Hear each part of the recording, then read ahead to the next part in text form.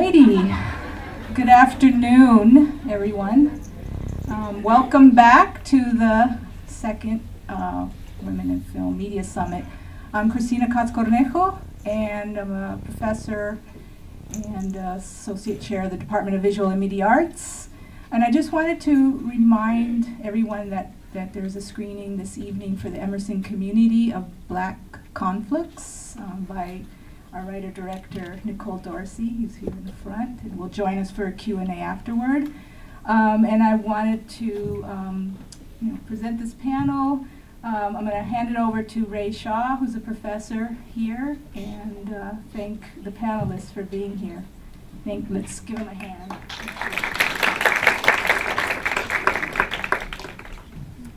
Okay, so I'm just going to start by actually sharing small bios from our lovely panelists up here, and then we'll have a little bit of a discussion. At the end, we'll have some questions that you guys can answer.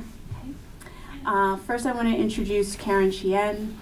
She is a producer-distributor who is committed to championing independent voices. Karin is the recipient of the inaugural CineReach Producers Award, the 2010 Independent Spirit Producers Award, and the producer of 10 independent feature films, including Circumstance, which we heard about earlier today with one of our other panelists. Her films have won over 100 festival awards, premiered at the Sundance and Berlin Film Festivals, been nominated for 4 Independent Spirit Awards, and received distribution in over 20 countries. Karin is the founder-president of Degenerate Films, the leading distributor of independent cinema from mainland China. Karin is the co-creator of the Cinema on the Edge screening series, celebrating the best of contemporary Chinese cinema. Karin is also the co-founder of I Love 2, a boutique production company specializing in socially conscious short format content. Karin is the creator of the Center for Asian American Media Fellowship, a mentoring program for Asian American media professionals. Karin has consulted for the Sundance Institute, the New York Times, Film Independent Television Service, also known as ITBS, and CineReach.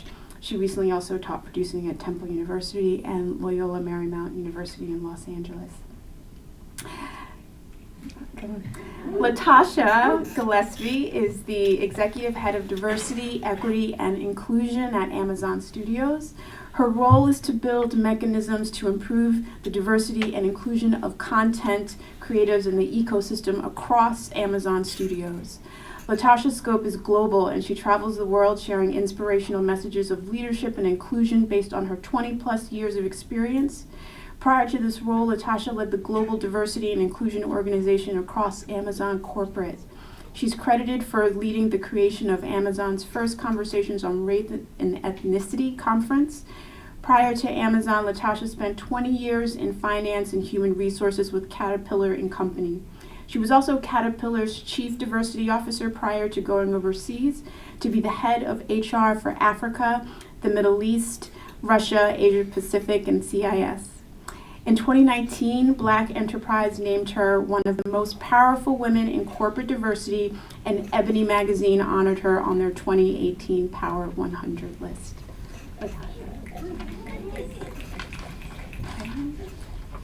Next, you're welcome. I want to introduce Devynne Lauchner, who is a 2014 graduate of Emerson College with a BFA in Media Arts and is past president of Women in Motion. She wrote, directed, and production designed her BFA short film, Derailed. Since her graduation, Devynne has become a member of IATSE Local 44 as a set decorator and has worked on Clemency, If Beale Street Could Talk, HBO's Euphoria, and A&E's Cold Case Files, among others. Devynne is based in Los Angeles and works as production designer and set decorator on commercials, music videos, features, and short films. And that's Devynne. And finally, Michèle Stephenson. is a co-founding member of the Rada Film Group, filmmaker, artist, and author. And she pulls from her Panamanian and Haitian roots and international experience as a human rights attorney to tell provocative stories in a variety of media that speak to personal and systemic liberation. Her work has appeared on a variety of broadcast and web platforms, including PBS, Showtime, and MTV. Her documentary, American Promise, was nominated for 3 Emmys, including Best Documentary and Best News Coverage of a Contemporary Issue. The film also won the Jury Prize at Sundance and was selected for the New York Film Festival's main slate program. Her collaborative film series with the New York Times OpDocs, A Conversation on Race, won the 2016 Online Journalism Award for Commentary. Stephenson was recently awarded the Creative Capital Fellowship. Anonymous was a Woman Award, the inaugural Chicken and Egg Pictures Filmmaker Breakthrough Award, and is a 2016 Guggenheim Fellow. Her feature work in progress, Apatrida, is supported by the National Film Board of Canada, the Sundance Documentary Fund, CERDNA, Latino Public Broadcasting, and Black Public Media.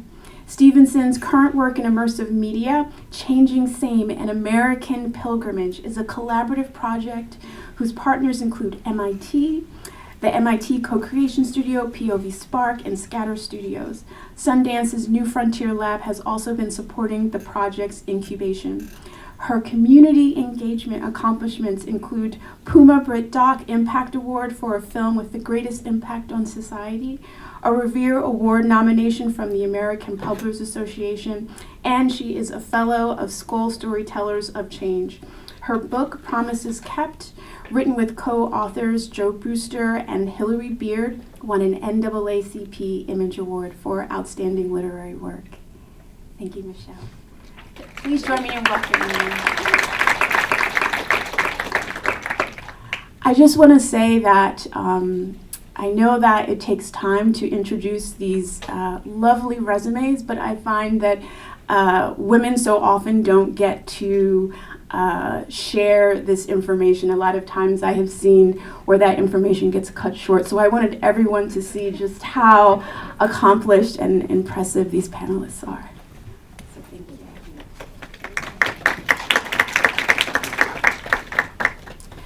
So we have an audience here that is a lot of students. So I try to really gear conversations towards that idea.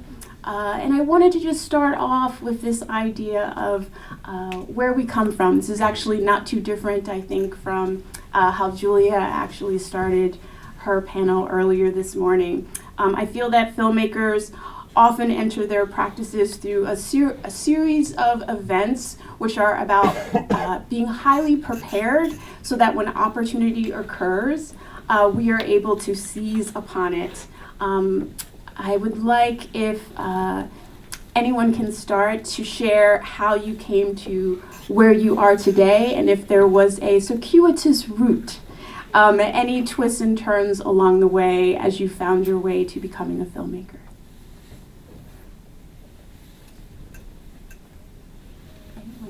I'll start. It all began here in this building on the 7th floor.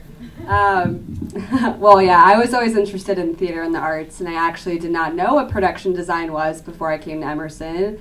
I learned it at the Women in Motion boot camp, which I heard no longer happens, but it essentially was an event that all 3 of the film organizations would hold in the beginning of the year, and they would tell you every single crew position on a film set, and I was like, production design, that's what I want to do, not cinematography. But yeah, and I ended up here, and fast forward, I ended up at ELA, and I was lucky enough to be in the art department on Mad Men, and ever since then I've had some great connections working with those same people. So honestly, and that all started with an Emerson connection as well, someone in costumes put my name in, and so yeah, it's all very circuitous, and it's all about really just getting your name out there and talking to people and making as many connections as you can. If I hadn't known her, I never would have had that opportunity. If I didn't have that opportunity, I wouldn't be where I am now. So yeah, I would definitely say it's very roundabout, and it's kind of all about who you meet and who you talk to and who you decide to connect with. And now we're here.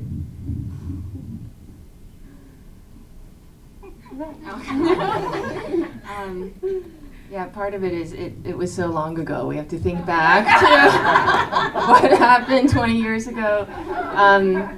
I don't know. I mean, I think that there was this moment I had after I graduated. I went to Berkeley for undergrad, and there was this moment I had where I just had this, like, it was like a light bulb over my head, and it was like, oh, I could be a film producer. And I had never taken any film classes, or I didn't know anything about the film industry, and my family definitely had no connection to entertainment. So I think about, you know, what Ray is saying about a series of steps that prepares you for that moment. And I think about the groundwork that was laid, which really I have to credit to Berkeley, because in the 90s they already had a ethnic studies prerequisite. So one of the first classes I took was, you know, protest movements of the 60s, and I learned there was an Asian American movement, which I had never been educated on in high school, even growing up in Southern California. And then Chien Minha, who's a really interesting experimental filmmaker and writer, she taught at Berkeley, and I took a class with her. And Lonnie Ding, who's one of the first Asian American documentary makers ever, she taught at Berkeley, and I took an ethnography class with her about, you know, we made a short video. So, you know, and Kathy Garrett, who now runs the Pacific Film Archive, you know, she taught a class that I took. And so I think about my teachers, and those 4 teachers, I think, led me to that moment. And I think even going forward now, like when I'm in a room with Asian American, you know, directors who preceded me, like I always try to take a moment to thank them, because if they didn't, you know, open those doors or bust down those doors, I wouldn't be in the room. You know, so like people like Valerie So or Deanne Borche-Lim, you know, they are Frida Lee-Mock, you know, they don't always, they're not like on to the tip of everyone's tongue in current times, but their work is so important, and really laid the path that I was able to walk easily, you know, and then, you know, hopefully I've laid some path that have been easier to walk for other Asian American, you know, filmmakers. So when I had this light bulb moment, I didn't know what producing was, but I figured it probably had something to do with business. So I was broke, so I had this job working at this startup in mortgage finance, which I didn't know anything about. I was a literature major. So I just thought I will just sit here for 2 years and learn how this works. And I was like reading manuals, like I had no idea. And it was by far the best producing education I could have gotten, because independent film producing is incredibly entrepreneurial. So working as the first employee at a startup was really educational. And back then in the late 90s, independent film was centered in New York City. So you kind of had to be in New York City. That's not true anymore.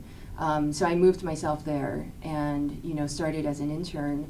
I knew I wanted to be a producer, so I didn't get caught up working as a crew member. Like I just kept moving forward. I was an intern, then a production secretary, then an assistant coordinator, then a production coordinator, and then I just jumped into the deep end of producing. So that's one thing that I caution with students, because it's good to try out different things. Just don't get stuck, and if you're really good at what you do, people will keep you there. Just always keep in mind what your goal for yourself is, and, you know, just keep moving.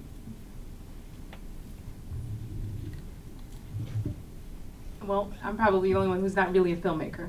So, and probably had the most unusual route, as Ray just alluded to, with the 20 years in the manufacturing industry before ending up in tech and then in Hollywood.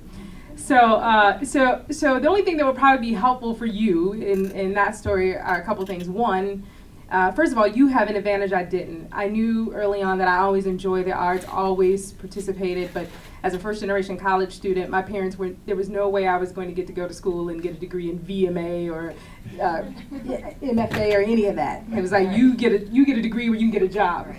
And so I have a finance degree, and took that and made it work for me, and worked for 20 years for Caterpillar, big heavy construction equipment company, and in those 20 years had like 13 different roles, which included one that took me overseas. And I think in that process, the first thing I learned was be open. Be open to new experiences, be open to doing things that absolutely scare the crap out of you. If you are not living life on the edge, you're probably taking up too much space. So be open to new experiences that scare you. Be open to different people. You never know who help is going to come from. It could be your boss, it could be your peer, it could be the people you're sitting in the seats next to. You just never know who that break is going to come from. And I think by staying open to receive help from people also has helped my career in a number of ways. And then the last thing I think that has helped me ultimately get to this seat is authenticity. I think, unfortunately, in your 20s, you spend a lot of time trying to figure out how to make other people comfortable with you. Here's good news: by the time you hit your 30s, and dang sure by the time you hit your 40s, you no longer care. But when you own that authenticity and you just know who you are and you're comfortable in your own space and you're comfortable showing up every day in your fullness, people will receive that. People will sense that. People will want to be around that. And that authenticity is oftentimes what gets the door open for you, or gets the door held open for you, what allows you to sit at the table and then be responsible. Because once you're at the table, bring that authenticity to the table. If they didn't want your perspective, they shouldn't have invited you. And I think because I finally learned how to own that, unfortunately it took me to my 40s to really learn it and own it, that then I started getting invited to more and more tables. And so a year ago, when our new head of studios invited me to come down, and she said, hey, I'm changing some things, and I really want someone to come help me build a diversity strategy for content and content creators. Would you be willing to come? And I was like, absolutely, because I knew back when I always loved this space, right? I just didn't either have the courage, the support, or the freedom to go pursue it. But that's the great thing about the universe. All things come back full circle, right? Thanks. Yeah. Just to echo a little bit on what my sisters just said, is the idea of coming with your full self will also help you live with yourself too, that you'll be able then to, this idea of authenticity is really important in terms of being able to look back and see what body of work have I done, what have I contributed, and also how can I live with myself and understanding that. And I think just to add a little bit in terms of journey, for me, my journey starts with trauma, with childhood trauma, right? Both in terms of being the child of exilees politically, but also living in a domestic environment that was kind of toxic to a certain extent, and trying to grapple with that. And a lot of the choices that I made were ways of processing that, both in public and private and professionally. I wanted to be this big person around human rights, around, doing right what was wrong, because there was a child in me that was still kind of in pain, right? But also there were pressures around the idea of also needing to make ends meet as a child of immigrants and first generation as well, but also kind of not feeling completely whole for a number of reasons. So I did a master's in international affairs, lived in Cape Verde, West Africa for 3 years, worked for the UNDP, and was very, not just dissatisfied, but felt like I was part of this industrial complex that was not actually feeding the community from which I was from, that I was actually part of the problem. And so I decided to go to law school to see was there a way for me to kind of marry these needs that I felt, both personally and politically. And that was not quite the right answer either for me. Ended up in a lot of debt that I'm still kind of paying off, but there were doors that were open. But the big kind of moment, there were 2 moments I would say during that process. Before I started my first year of law school, I met my current partner, who was also doing a career shift. He started in fiction film and was writing film, Joe Brewster, and was coming from a similar space in terms of wanting to really kind of validate his own experience as an African-American male from Los Angeles. And so I learned a lot from this risk-taking that you were just talking about. The idea of needing to take risks and understanding that if you have enough belief in yourself, the risk-taking will bear fruit, even if it's a failure, because failure is important, because we learn from it. And then the other moment was when I was actually interning, was my human rights internship that I did, and I decided to bring a video camera to an Afro-Brazilian women's organization in Sao Paulo. And by day I was doing legislative work because they were turning anti-discrimination law into crime.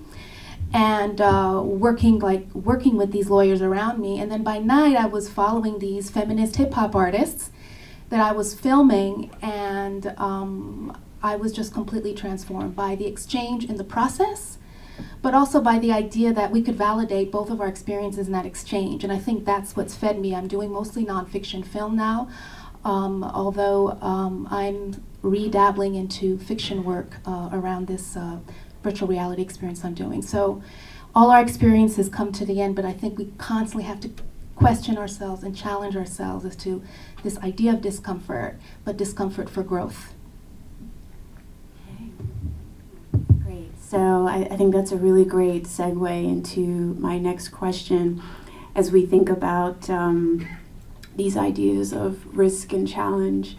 Right now, I feel is a really interesting time to be an artist and a filmmaker. This particular era is, or has been, and continues to be ripe politically for a lot of movements. We have seen movements like the Black Lives Matter arise out of a lot of killings of Black people, Black men in particular. We have also seen the Me Too movement basically start up as well, really giving women more of a voice where they have been oppressed previously in various industries. I have also recently been reading about the rise of anti-Semitism that's also occurring. So I think it was maybe Toni Morrison who had spoken about, this is the time when artists really have to step up. So from each of your vantage points, I'm wondering, also as we consider the title of this panel, this changing landscape, have we seen any changes with content in terms of what's being produced, supported, distributed? Are you seeing ways that you can encourage those kinds of works? Are you seeing in various spaces of the industry, behind the camera, in front of the camera, have you seen any changes during this tumultuous time?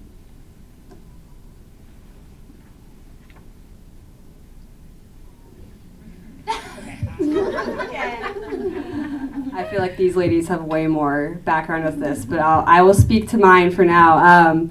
First and foremost, I've definitely seen more women working in the film industry in LA as far as generationally speaking goes.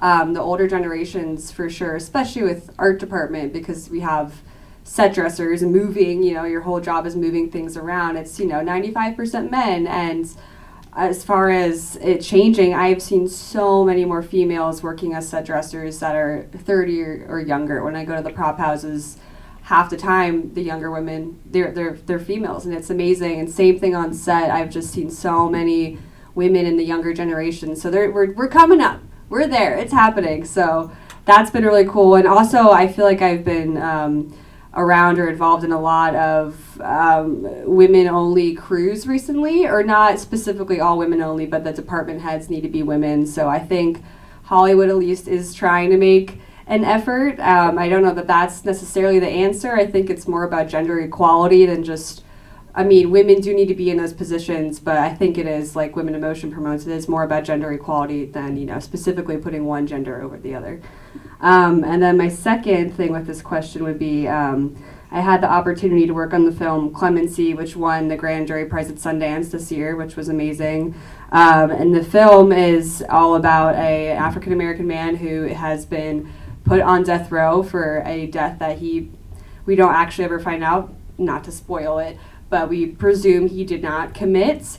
And he is sentenced to lethal injection. The whole film follows the prison warden and her experience, who is played by Alfre Woodard, an African-American woman, obviously, and how she's dealing with that, and how she's interpreting and internalizing what's going on with systemic racism and what's happening with our prison system, And that whole story came to life through our amazing director, Chinoya Chukwu, who worked in prison systems for over a decade, helping inmates, especially on death row, and her civil rights, her human rights background, and trying to bring that into the film industry and trying to bring that to the screen. And then, I mean, we had no idea that kind of movie was going to end up at Sundance, and lo and behold, it won Sundance. So that was really amazing to be part of something that actually had a real message, because a lot of times I feel like we get maybe criticized, like, oh, you only work on commercials, or like, what are you really doing in the film industry? Is it helping anyone? But I think there's a huge chance for those kinds of films with those messages to be put on the screen, and we need more of them out there, because that's what people, like what Tasha said, that's what people, it's about what they're receiving, it's about what you're feeding them. So it's our job as artists to feed people these messages and to really work on these kinds of things, I think. Yeah, I think consumer activism is becoming more and more prevalent in all industries, and particularly in the TV and film industry. Customers are requiring and demanding different things, which is actually is good. So there's some progress for sure being made. If we look at the top 100 films for 2019, we'll see more women directors than we saw in the previous years. Reframe, the number of television shows that have gotten the reframe stamp, meaning they're gender and racially balanced above and below the line. We're seeing an increase in the number of shows that are getting the reframe stamp. So that's all great. But we cannot be lulled into complacency by recency bias. Because if you still put all the numbers back up there, we still have a lot of work to do. And so we must remain diligent about actually understanding what that work is. And I think, you know, a lot of times we talk about truth and reconciliation. We want to skip over truth and just get to reconciliation. Let's just make it right. But if you don't understand how we got here, then we won't have the opportunity to really fix it. And so that's diving into the really hard conversations of systemic racism, systemic sexism, systemic homophobicness, right? All of those things, and really starting to dive deep and understand how they have showed up on television, film, and continue to perpetuate some of those things. You know, because it's not just about representation. I was doing a Latin America summit last week down in Miami with our teams that came in from all over Latin America. And I was using Dr. Stacy Smith's study from the Annenberg Institute that talked about, still today, anytime you show a Latinx person on the screen, 60% of the time they are portrayed as somebody involved in organized crime, drug dealer, or some other sort of criminal. So representation matters, but inclusion is also important. Like, what's the narrative? And so we just have to remain diligent, because we still have a lot of work to do. I think on that note, this idea that we are currently living a battle of narratives. And I think the question is, what kind of warrior will you be? What are you going to pursue? What is the vision that you will battle for that will help continue to shift? And like they said, it's not, we're in a very tenuous position right now in terms of even whatever gains have happened of being pushed back. And so it is a time not just of risk-taking, but of also questioning exactly what kind of work am I going to do. For me, my first audience is me. It's me, my community, and if others out there don't understand that community, then it's up to me to forge that channel so what I do gets to that community. And that means more work. More work, more intensity. It's not easy, but it's intentional. And I think visionary and gratifying. But I think we have to ask ourselves that question so we don't get lulled into understanding, oh, you know, maybe there is some exceptionalism around and I made it this way and it's good, we're all good. We still have to keep questioning, and for me it's really trying to build those channels and see how can we make them sustainable for the people that, you know, I'm a part of.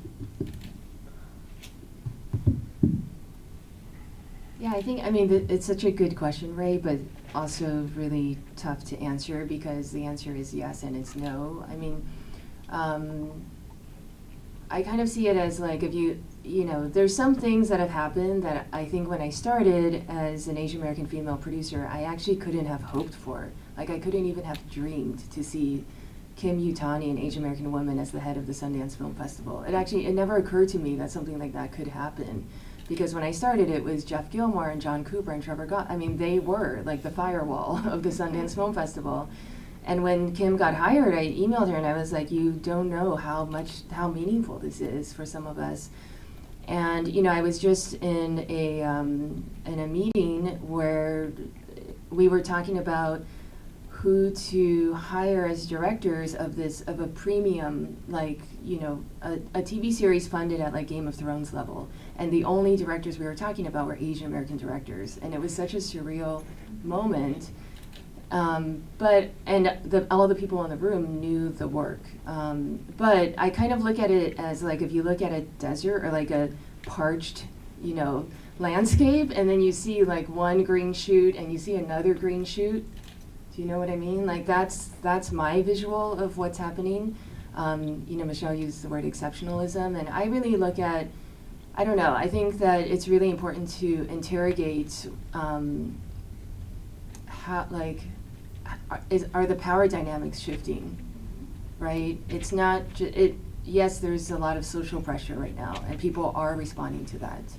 But what does that mean for the most vulnerable people in our community? And have the power structures changed? Are they just being replicated? So I think it's important to have much more in-depth conversations around this, not just, I mean, representation does matter. It's important that Amazon has a first look deal with someone like Heather Ray, a Native American producer, right? That's huge. I mean, she's sold at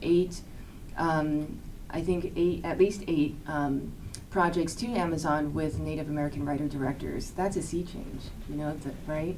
But I also still look at, okay, you know, in terms of like Me Too especially, how are the power structures changing? Are they?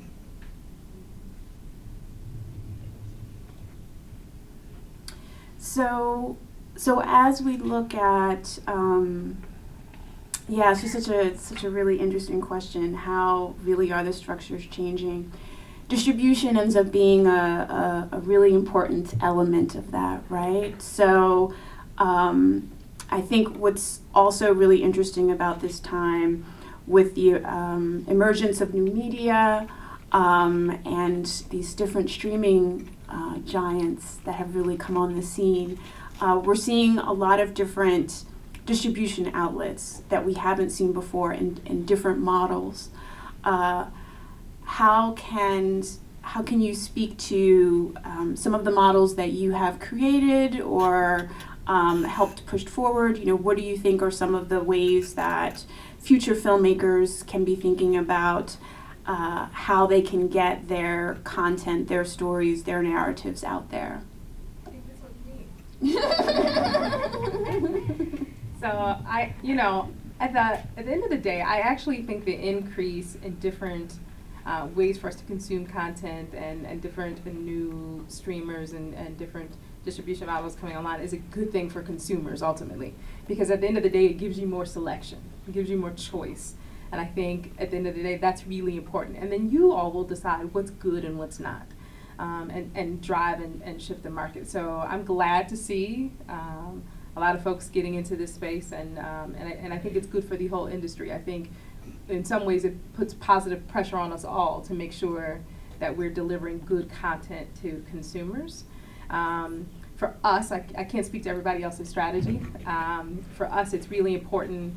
You know, we've decided we're not in the volume game. Like, we're not into just making, you know, a bunch of shows and throwing them against the wall and see what sticks. We think, based on the data we have from our customers are very smart, very sophisticated, and they like more highbrow content. And so we want to be content curators and bring customers what we think they're going to like. But we also pride ourselves in the democratization of streaming to a certain degree. So, for instance, you know, a lot of people remember when Amazon Kindle Direct Publishing got launched. It allowed anybody to publish their book. You no longer had to go convince some stuffy editor that your book was good, or publisher that they should publish your book. You could do it yourself and put it out there in the market, and people could buy it and decide whether or not it was good. And we've done something similar even with film. So we have Amazon Prime Video Direct, where anybody with a film, as long as you have the rights to it, you can upload your film to Amazon Prime Video Direct today. And anyone can watch your film. You can get royalties as a result of people watching your film. So especially for some of you who are really good with the social media game, you know, you might want to consider that. But again, it also gives us insights, because based on, you know, how consumers respond to the stuff that gets uploaded, it gives us insights about what people really want, what they're watching, what they're paying attention to, what they don't finish, they stop halfway through because it wasn't good, and helps us understand, like, what other content could we be bringing you that would also bring you delight. So I think for us, that democratization is really important. And, you know, I was talking at our table at lunch, you know, the wonderful part about being in my job is that, you know, working for Amazon versus working somewhere else, I don't have to go after advertising dollars. I don't have to try, you know, and if that's your world, I get it. Nor do I have to chase subscriptions. I only have to chase customer delight. So when we're trying to decide what content to make, whether or not we're going to buy Heather Ray shows, we bought them because they were good. Like, they were great shows, right? They were fresh voices that told different narratives that no one else was telling. And so that's what I get to chase, and I'm so fortunate that that's kind of our bar. High quality and new voices. I will say, you know, I started a distribution company in 2008, and it's for independent Chinese cinema, so it's all subtitled foreign language. And the only reason I was able to start it was because Amazon, before it was called CreateSpace, right? So it was manufacturing on demand, and Tribeca Film Institute created a partnership with Amazon called Reframe, which is no longer, but it would give filmmakers 80% of the revenue of anything that's sold on Amazon. So I had learned distribution because the first few films I produced were Asian American films, and nobody wanted to distribute them, so I had to self-distribute them. And you know what I learned is that distribution is where power has been historically concentrated in the industry. So whoever controls distribution controls the industry.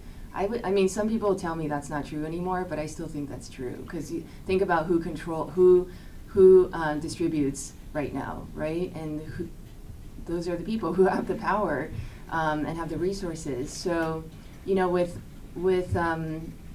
my company, I will say what has changed is, so we started with Amazon, and then at that time Netflix had also, you know, switched to streaming, and they acquired every film that I acquired, you know, that we distributed. All of our films were on Netflix up until like 5 or 6 years ago. And then Netflix really switched their strategy and started doing originals. Whereas, you know, with Amazon, you can still put your film there. Anyone can put their film on there. So now none of our films are on Netflix. And that's tough because there's also been monopolies that have formed since then, right? Where viewers are going just to very few platforms to get their content.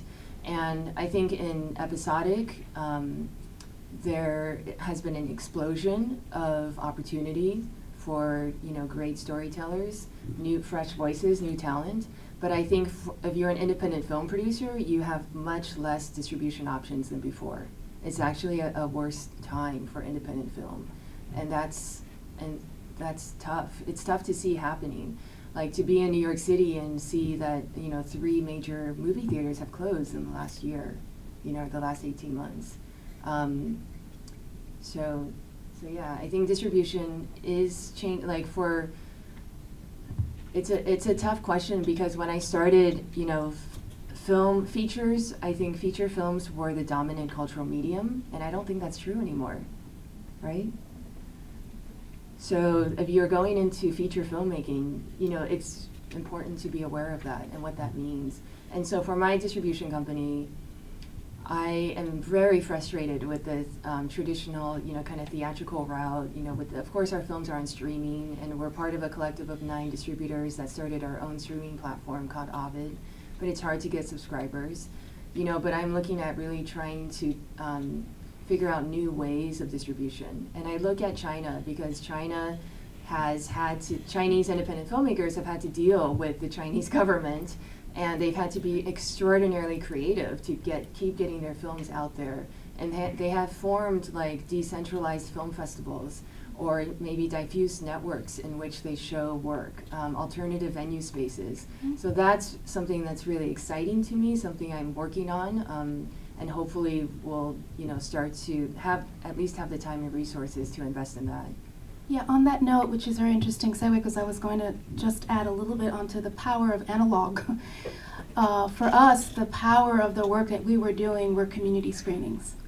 Partnering with organizations that saw relevance in the story that we were telling, and figuring out how do we create these community screening spaces where there's interaction, like human interaction, based on what people had just seen, and how do we create engagement.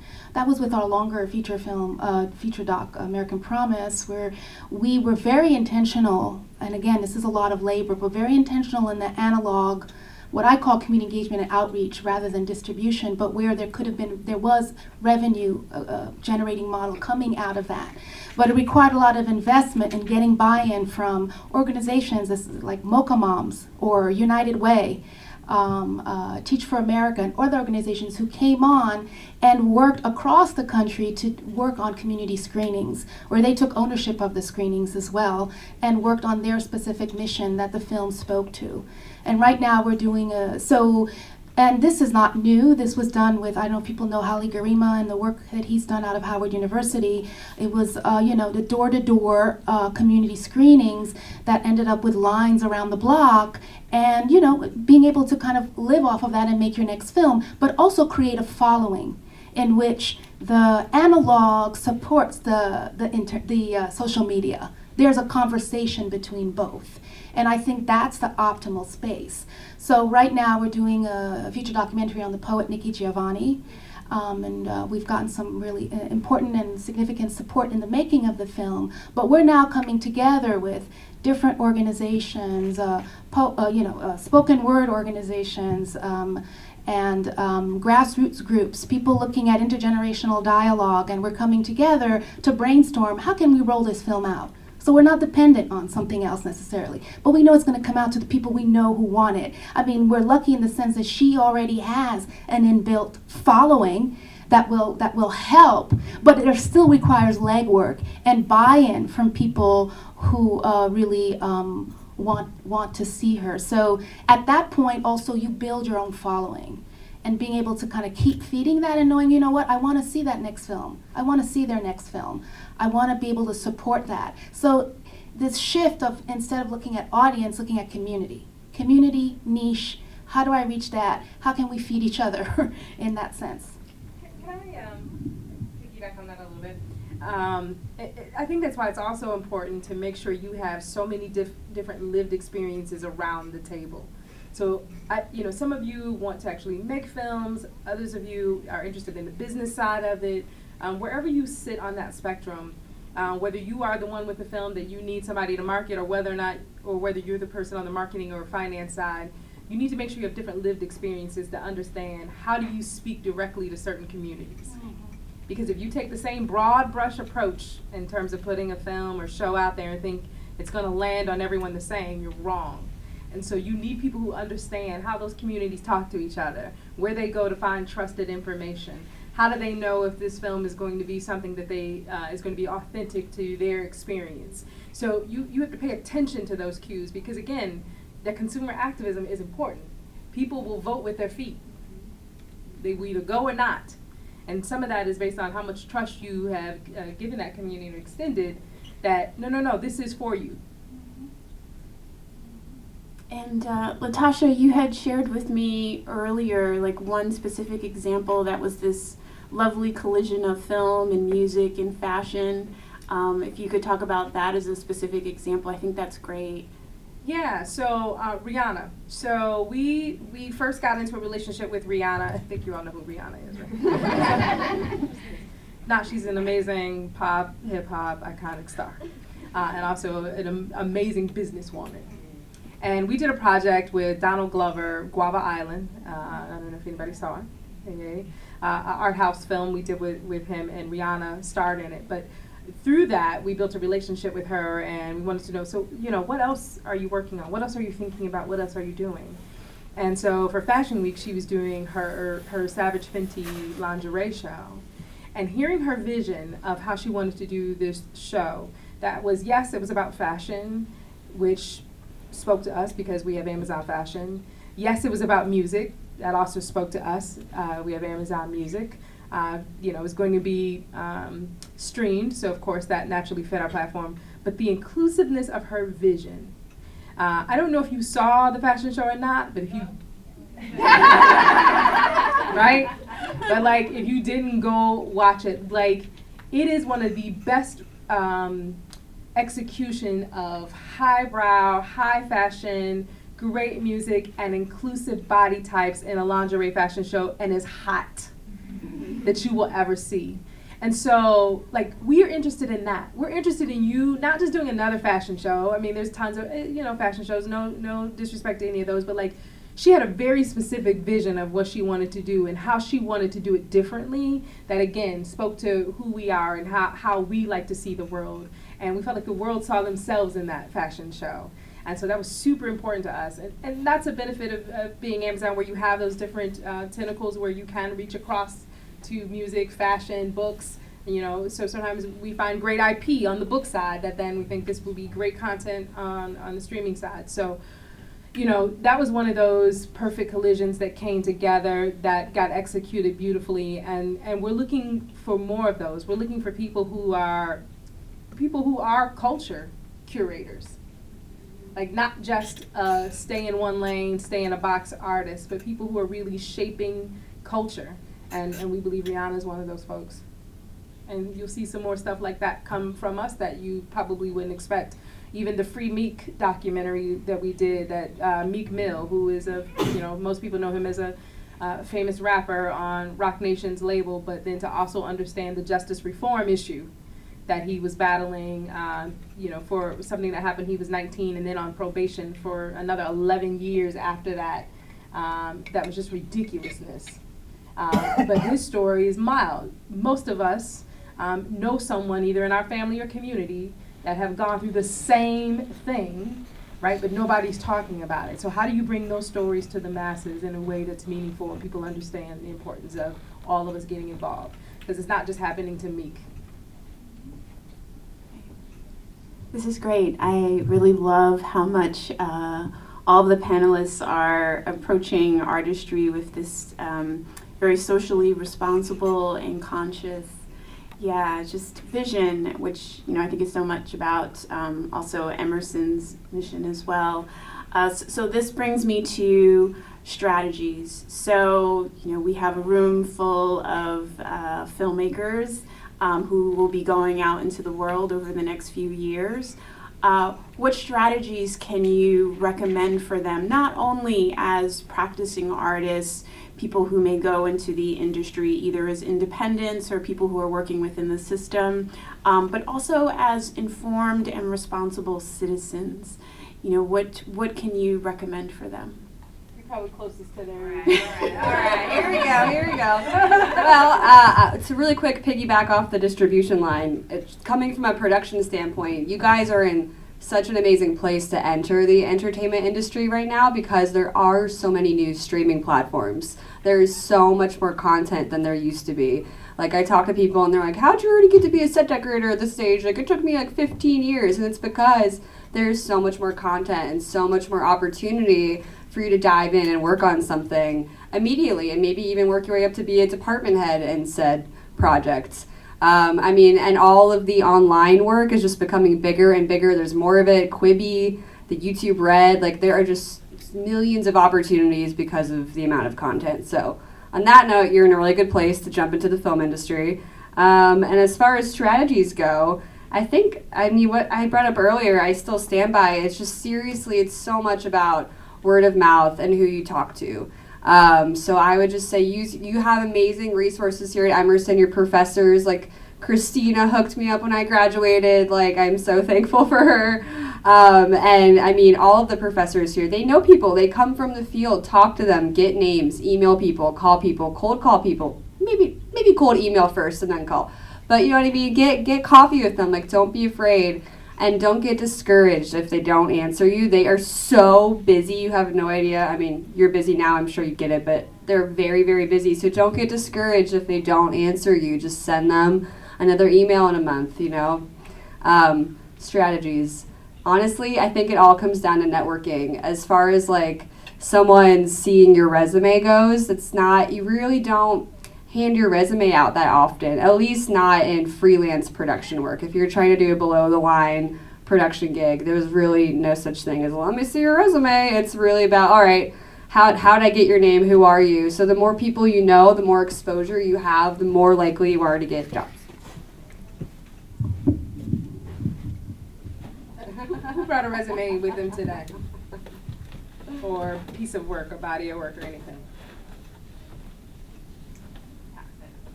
A couple? Listen, stay ready so you don't have to get ready. Just to add to that also, I think some of the biggest networking you're going to do and solidarity working together you're going to do is with each other. Yep. This is your cohort. This is who you're going to follow. The person sitting next to you may be the person who gives you your next job. You know, so thinking about investing in those relationships, especially those where you have, you know, a similar vision and feel that you could work together beyond university, will follow you for the rest of your life, even if it may not even be in film. I mean, the first funding I got was through, you know, my law school experience for my film. So I think we have to look at our peers, certainly look at mentors as well. And I always look also to those I don't know who inspire me, whether it's reading Toni Morrison or these other kind of icons for me. I go back to sometimes what they have to say to kind of help feed me in terms of, okay, I'm in the right direction.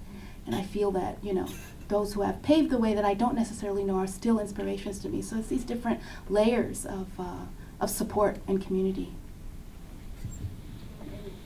I would just add that I think that what Latasha and Michèle said when they talked about how they got started, about authenticity of self and being true to yourself, like, you know, that I believe really strongly, like, that's what should be driving you, is really your integrity, you know, having an integrity of purpose.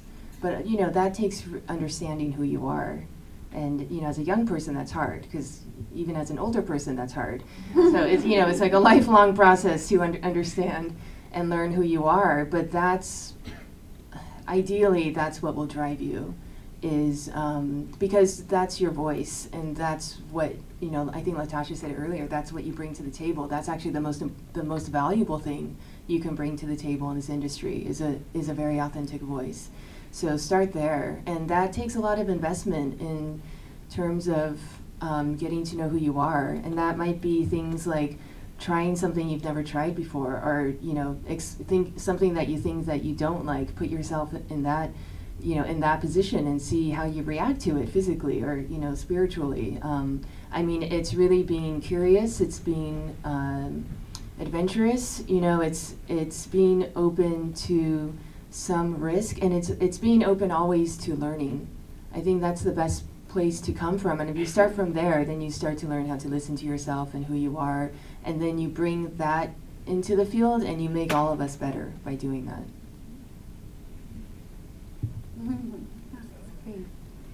Okay, so my last question, and then we're going to open it up to the audience, is about advice.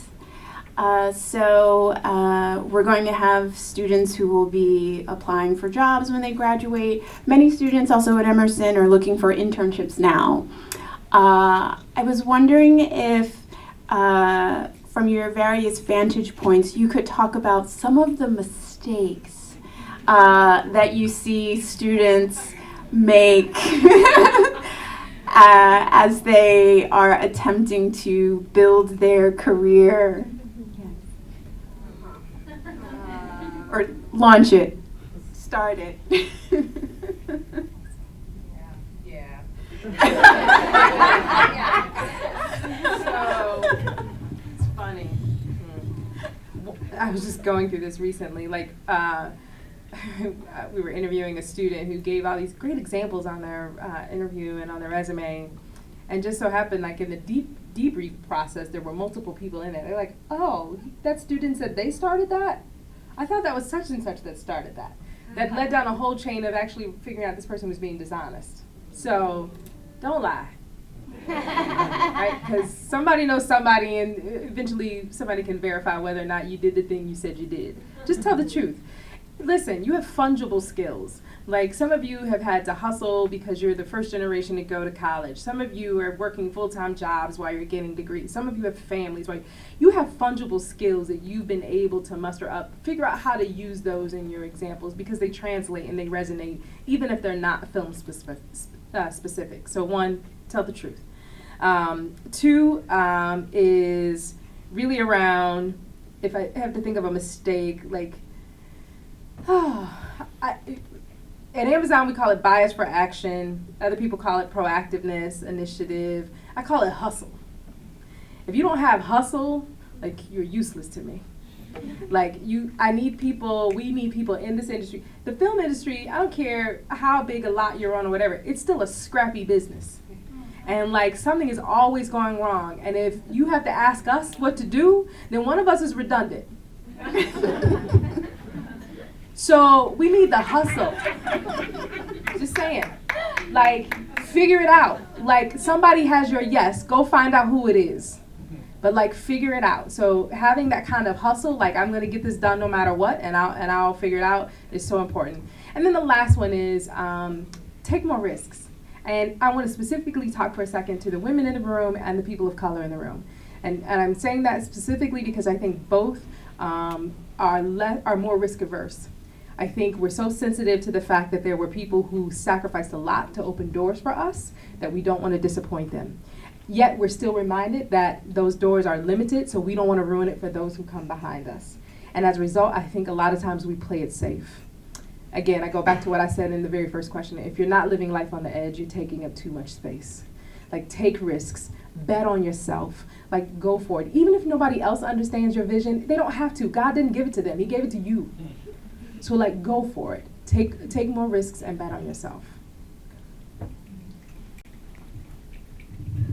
Yeah, seriously, wise words. Just listen to her. Everything she says is gold. I forget what I was going to say now. No, it's okay. No, she's right. I mean, and as women, like, you're conditioned to maybe play it safe. There was some TED Talk I watched last year that it was like, the difference between women and men isn't that, you know, one's better than the other. It's just that men are conditioned to be risk takers, to be more brave, to put themselves out there. Women often perfect until they present. And we were talking about this earlier too. And don't, like she said, just go for it. And especially working in film, like, the amount of times you are put on the spot to come up with a solution for something, it's always, and you just have to throw your idea out there and you have to do it with confidence. And so, yeah, I say that to everybody, but yeah, especially women, like, you just got to be confident. And yeah, it might get shut down, but be prepared for that, because that's going to keep happening. You're going to get shut down, and you got to get back up on your feet and do it again. And you're going to be great. Just keep doing that.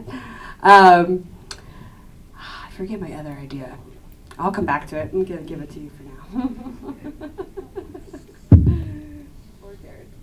I would say there's actually one of my former interns is in the audience. Is that right? Monica, are you here? Yeah, so, and I actually haven't seen Monica since her internship, like 10 years ago or 8 years ago, so this has been a nice reunion. You know, I think that I don't know if you guys were here for the first panel, but Jermaine, the composer, said it best. She said, find a way to make yourself useful. That is the entire job description of your internship, because you're working with extremely exhausted, really stressed out people. So, you know, like when I was at, so, you know, I worked at that finance startup for 2 years, and by the end of it, we were the most successful, you know, company in that niche. And I was the operations director. I was running the New York office. I was only 23, and I was going into like all the major investment banks and pitching. So that was really good experience as a producer. And I was like, you know, I moved to New York City to work in independent film. So I'm going to quit. I'm going to resign, and I'm going to start in the film business. And for a month, I sent out my resume and nobody wanted to hire me. And that was really the first lesson I learned in how competitive the business was. And I got a job on a film production, a $500,000 indie film that was shooting at night outside in January and February in New York City. So nobody wanted this internship, right? And I took the production office internship. And like in the production office, even if you shoot at night, the office still has to work during the day. So these were like the most tired people I'd ever seen in my life. And my job was to sweep the floor. And then I would look at, well, they seem really uncomfortable. They actually seem kind of hot. So I would open the windows, then I would notice that the garbage was piling up and I would take out the trash. And then, they were so tired, they told me to make, the call sheet. They said, make a copy of the front, make a copy of the back, and then staple it together. And I said, why don't I just make double-sided copies? And they were like, you're a genius. Because they were so sleep deprived. And then that was my first break, was making double-sided copies. I got promoted to the art department coordinator. And then by the end of the film, I was the production accountant. And I had never done production accounting before. So, it was just a way of finding a way to make yourself useful. And when I started producing, I would get, and I don't want to single out NYU, and no offense to any graduate from NYU here, but, I would get students from NYU that would come in, and it was just beneath them. It was beneath them to take out the trash, or to sweep the floor, or to punch holes in, colored paper for script revisions. And that was just like, it's so hard in independent film that if you're not willing to do this, like you're just not going to go very far. Like, you call it hustle, but I call it work ethic. I mean, it's all these things that we look for because we know how hard it is. It's so competitive, you can't even get a job, to work for free. And now, thankfully, people are actually paying interns, right? That's a really important change that's happened. So yeah. Go ahead. I'm sorry. I remembered what I was going to say. As far as mistakes go, I think I remember coming out of Emerson and a lot of, not a lot, but there's, some people that are like, oh, I'm like a director. I don't do that stuff. I'm a director. And it's like, you kind of got to get that out of your head. I mean, you can still be a director, but you're most likely going to have to start off working for other people first. So you really got to be open. And just like Karin said, you have to be willing to do everything. Nothing can be beneath you. You have to be vigilant at all times. And it's exhausting, don't get me wrong, but do it while you're fresh out of college. Take those first couple years to work your butts off and be production assistants and do everything you can. And I think you're probably taught this at Emerson, but never say, I don't know. Never say, I don't know. Always have and if you truly don't know something, go ask somebody who does know and come back. Because, like they're saying, you have to be a hustler, you have to be proactive to make it in the industry, just because there are so many other people out there that are going to want that job that will be proactive and get it done, and they're going to get it. So you really just got to do your best, try to see where the holes are, and make it come together. And yeah, don't ever be above taking out the trash or picking up that cigarette butt on the ground or cleaning up that dog poop, because it's going to happen. It's going to happen. I don't think I have much more to add. It is this combination of making yourself useful, humility, not asking the redundant questions. I actually would rather have somebody tell me I don't know, because I lost part of my Nikki footage this summer because of an intern who didn't say I didn't know. You lost what? Footage, media. So I would rather, okay, you don't know, go find out how to make it happen. But it's this idea of, I don't know, there's something, I guess I'm going to sound old. There's this intergenerational dialogue sometimes that's not, the communication is not happening in the way that, I don't know, it's been kind of hard, this idea of coming into a space with a level of humility where you understand that you have a certain level of skill set and capacity, but you don't know everything, and that experience matters. Our experience matters. And I'd say this as a professor as well as somebody who has had interns. And so this idea of that balance of the self, the ego, and knowing you have to hustle, knowing you have to find the right answer from people who know, and knowing that you have to support. You're there to support the vision of others, and I think you're going to learn a lot more in that way. So it's interesting. I think that the communication that's happening for me has been a challenge. I think it's an important challenge because I'm not a native digital native, and I'm working with digital natives, and there's communication questions that come up that even I can't assume certain things. And so it's a challenge. It's a challenge, but it's something I think we also, as those with power in that dynamic, have to be willing to question also how we're interrogating, how we're working in that process, right?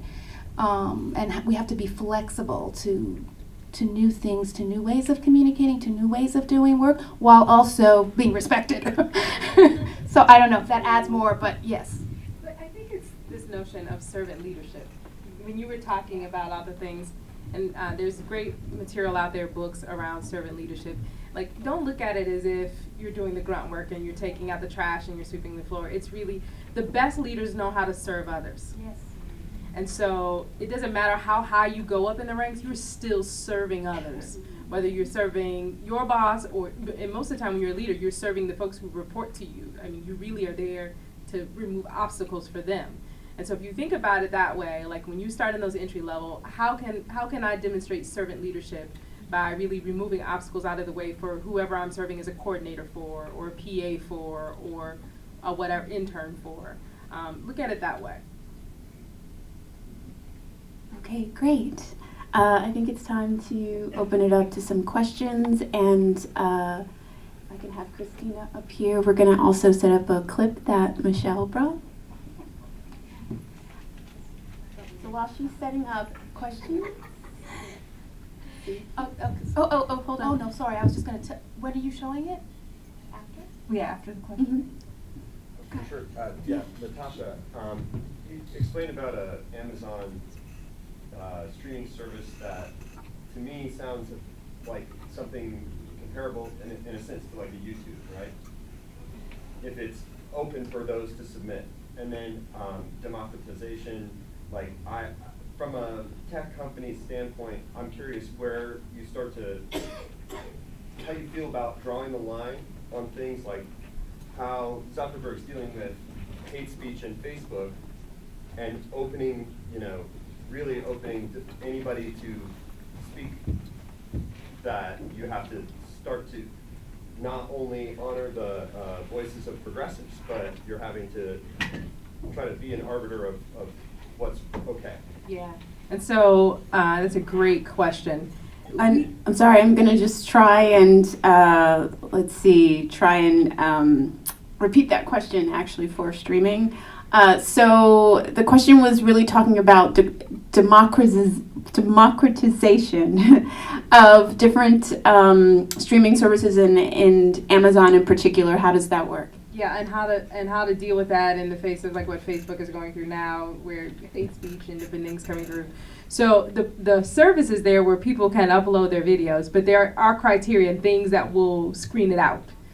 Yeah, so we are a tech company, so those things are in place that if it violates some of those policies, like it won't get up there. And then also, we've been trying to be very diligent about that. Like, we are not required to have a standards and practices office like broadcast networks are required to have, but we choose to create our own process, all in the name of customer obsession. So we don't want to stifle the voices of creators and creatives, and we want their visions to come to life, but not at the expense of offending our customers. And so we do a very rigorous review ourselves on content to make sure that that we're being responsible in that way. And it's not that we won't ever have controversial topics or language or things in a story. If it serves the storyline and if it serves the character development, yes. But what we try to catch is what we call either lazy or irresponsible writing. Cool. And right here.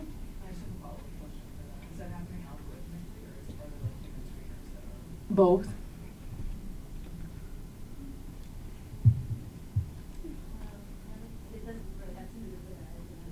Okay. But anyway, how would, like, in the matter of giving advice, and very nervous, how did you go about people that wanted you to do your projects that they would only pay you with experience, and where do you say your foot down, being like, oh, I have to pay them for like. So this question is really talking about a future production designer trying to figure out how much work she gives for free, and maybe when to know that you're being taken advantage of. Yeah, it's a fine line, especially just because, I mean, from what I've heard, it's just very different than what it used to be. No one used to ever work for free back like 15, 20 years ago. It's become in the last decade that people are having, your apprenticeship, or you're doing it for credit, or like, money, or not money, gosh, food and credit, and unfortunately that's just kind of where we are right now, because there's so much content being created. At least what I've been told is, the money's being spread thin, so each project's getting less and less money these days. So honestly, yeah, I did work a lot for free starting out, and my best advice is to do it while you're still in school. I tried as much to work for free while I was still at Emerson, did 2 internships and would work on like music videos on the weekend, because that is kind of, especially in the production world, that is sort of the way to prove your chops, is that like, hey, look, I can actually do things, because people want to know you can do those skills before they pay you to do them in this day and age. So, I mean, I would say, I'll still work for projects for free very rarely, depending on the situation. If it's like for a connection I really want, or because, I owe someone, they owe me, something like that. But I would really only try to do that the first maybe 6 months to a year you're out of school. And I mean, it's an amazing way to get a reel, to get anything. Working on AFI projects, if you're planning on being out in LA, is really great. They generally have a real lack in their production design program. Each program is meant to have like 30 kids, and they have like less than 12 in the PD program each year. So working on AFI films for free is a great way to meet people and to get experience and access to all their resources at their school. But yeah, it's a fine line. You kind of got to judge for yourself if it's worth the connection, and if you really like the project, if you're passionate about the project and the contents. So every single time, make a pros and cons list, and if the pros outweigh the cons, then do it. But yeah, you gotta be careful not doing it all the time, because you could definitely get roped into it. People have a lot of projects out there, and they want to make them, and it's amazing, but a lot of times there's not enough money, so you kind of gotta judge for yourself. I just want to add something to that, and that's if, as someone who has done productions where people have worked for free, once you make that commitment, it needs to be 100%. So you can't sort of, well, I'm not getting paid, so I'm only going to give half my energy, half my attention, half my input. So many young filmmakers are, making films for passion. They're making films with their friends. No one's getting paid. But you do have to, as Devynne said, really figure out what is the value for you.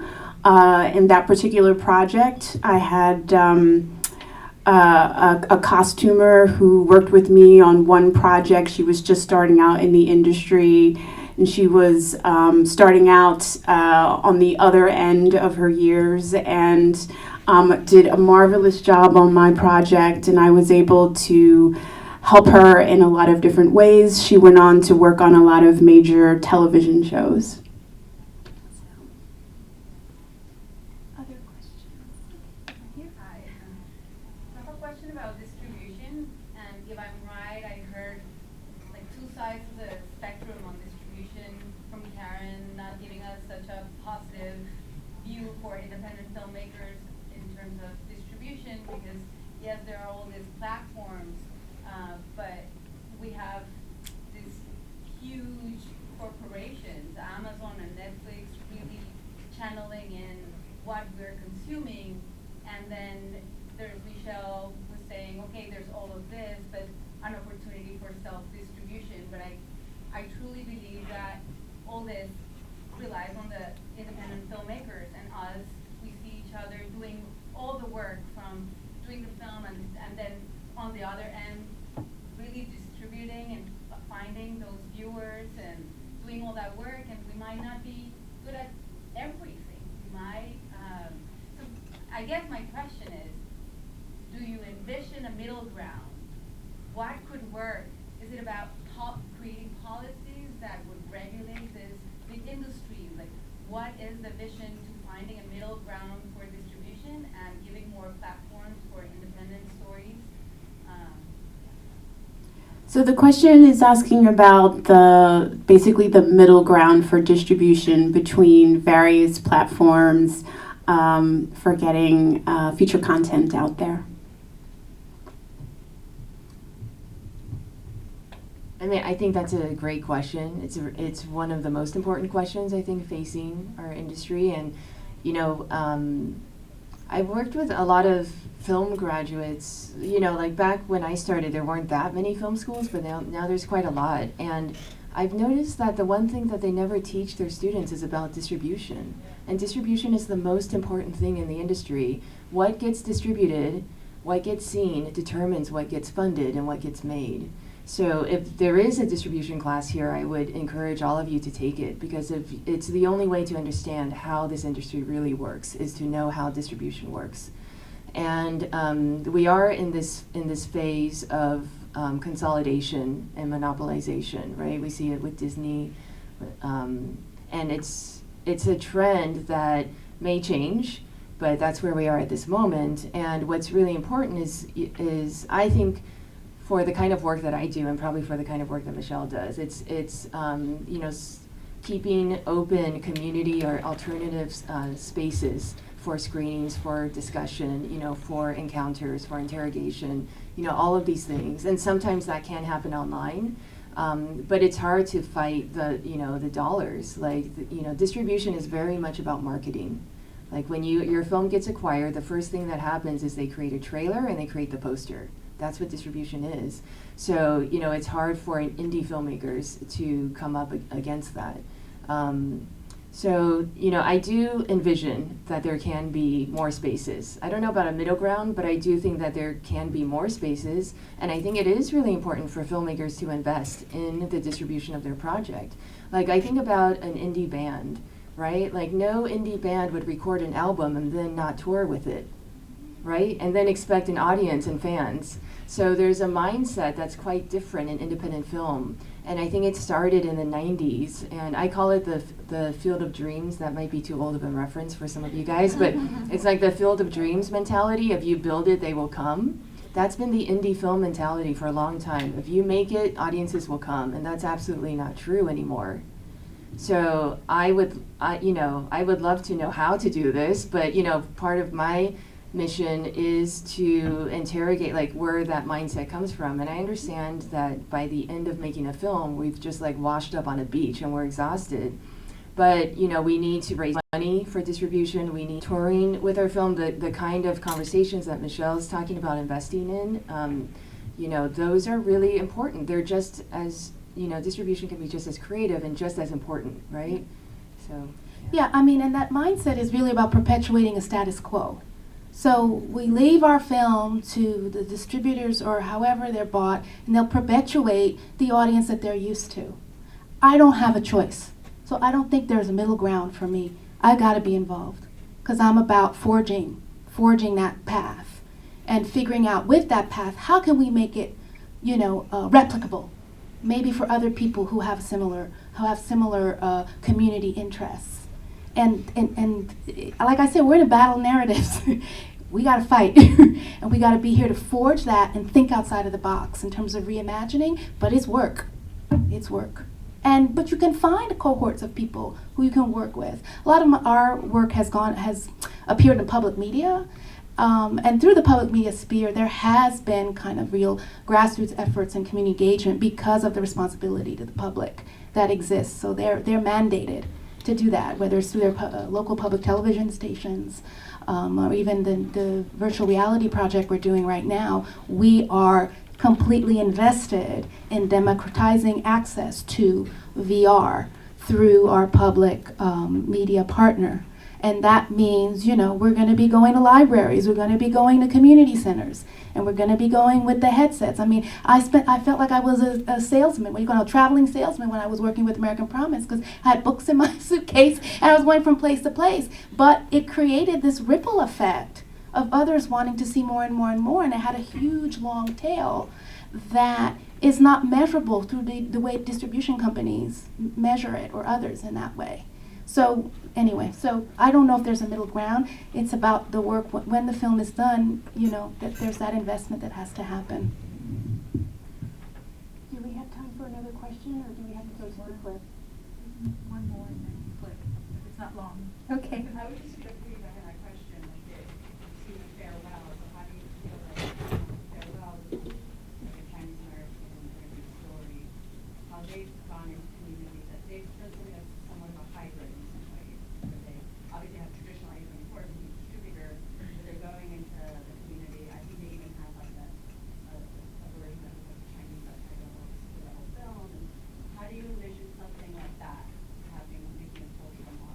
That seems to be an integration of both these ideas, traditional and traditional along communities. I think the farewell is a really interesting study. Have you guys seen the farewell? Most of you seen the farewell? Yeah. I mean, one, the fact that we're even talking about the farewell means that something major has changed and transformed in our business from when I started. And, you know, so the farewell is about a family, and it's about a kind of, you know, I don't like this word dysfunctional, but you know, that's kind of like the dysfunctional family comedy. Like the person who produced it, Peter Saraf, I have a lot of respect for Peter, and he did Little Miss Sunshine. So the farewell is like his wheelhouse. That's what his production company does. It's these kind of films. And the farewell was made for an American audience. It was not made for a Chinese audience, even though the director, you know, grew up partly in China. It's very much an American film. And it does not speak to a Chinese audience. It doesn't speak to a Chinese American audience fully either, because there's things about it that just are not authentic. But you know, what happened was this film and maybe a couple other major kind of projects or shows that are out there right now are kind of beneficiaries of Crazy Rich Asians. And Crazy Rich Asians made such a huge box office impact that it really changed something. So it became a point where Asian American stories could be considered for mass, like you say, mass audiences. And because of what happened was when Crazy Rich Asians was going to open, the projections for the first weekend were quite low. So Asian Americans knew that, oh, this was the first chance in 25 years that an Asian American studio film was going to come out. So they mobilized, and they created something called the Gold Open. So the Gold Open is the Chinese or Asian community of wealthy Asian Americans that buy out theaters. They did it for Parasite too. So you can see how, and for Searching. So you can see how effective the Gold Open has been, and it also, you know, the farewell benefited from that too. So, you know, this film is, I also think this film is the exception. It's the independent film from Sundance that has succeeded this year. So it's an exception, you know, and a lot of times people look at the exceptions and say, oh, that's how the industry works. It's not. But it is, I mean, you know, it's a film that has been really successful, and I'm grateful for that success too. And A24, there's a reason why they're one of the biggest or best distributors out there right now. They really know what they're doing, and it's all about marketing. That's, you know, that you can understand like what I mean now when I say distribution is marketing, right? Yeah. Okay, so we're gonna watch this clip. I just want to set it up quickly, sorry. Thanks for indulging me. It's just a short teaser on our current work in progress called Going to Mars, the Nikki Giovanni project. Nikki Giovanni is a poet from the Black arts movement.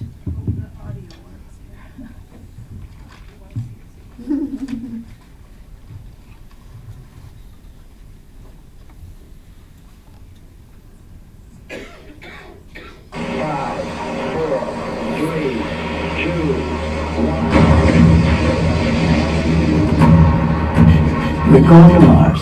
We're going to Mars because whatever is wrong with us will not get right with us. So we journey forth, carrying the same baggage, but every now and then leaving one little bitty thing behind. When do we learn, and what does it take to teach us? Things cannot be what we want, when we want, as we want. Other people have ideas and inputs. The future is ours to take. We're going to Mars because we have the hardware to do it.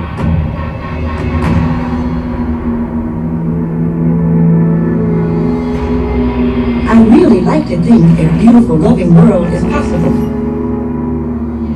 I used to dream militant dreams of taking over America to show these white folks how it should be done.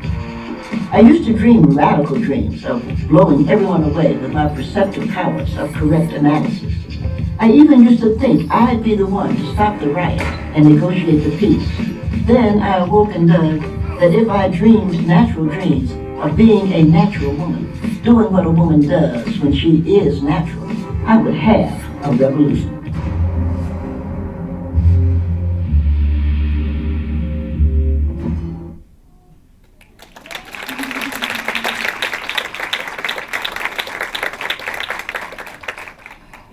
Thanks for sharing that, Michèle. Can we also have applause for all of the panelists that shared so much of their wisdom and insight today? Thank you. Thank you all so much. The next panel is at 4:30 in this room, so hopefully you can come back for that one.